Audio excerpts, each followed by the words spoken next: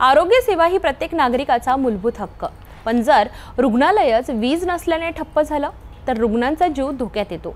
वाशिम जिल्ह्यातील कारंजा तालुक्यातील कामरगाव ग्रामीण रुग्णालयात अशीच गंभीर परिस्थिती निर्माण झाली आहे। 30 ते 40 गावातील नागरिकांवर उपचाराची जबाबदारी असलेल्या रुग्णालयात वीज पुरवठा खंडित होणे, जनरेटर बंद असणे आणि इमारतीची जीर्णावस्था या सगळ्यांमुळे रुग्ण आणि कर्मचारी त्रस्त आहेत। कामरगाव ग्रामीण रुग्णालयात 30 ते 40 गावातील रुग्ण उपचाराकरिता येतात, परंतु वारंवार वीज पुरवठा खंडित झाल्याने रुग्ण आणि कर्मचाऱ्यांना मोठा त्रास होतोय।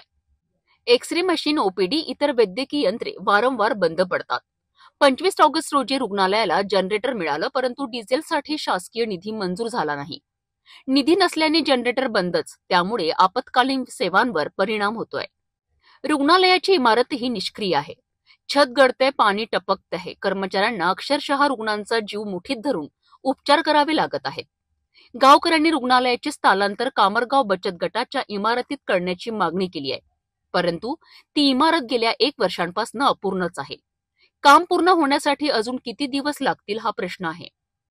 गावकऱ्यांची शासनाकडे तातडीने कारवाईची मागणी आहे की लवकरात लवकर स्थलांतर करावे, अन्यथा आरोग्य संकट वाढणार आहे।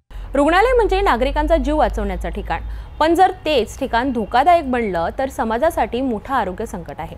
शासनाने तातडीने दखल घेतली नाही तर कामरगाव परिसरातील हजारो नागरिकांच्या आरोग्यावर गंभीर परिणाम होऊ शकतो।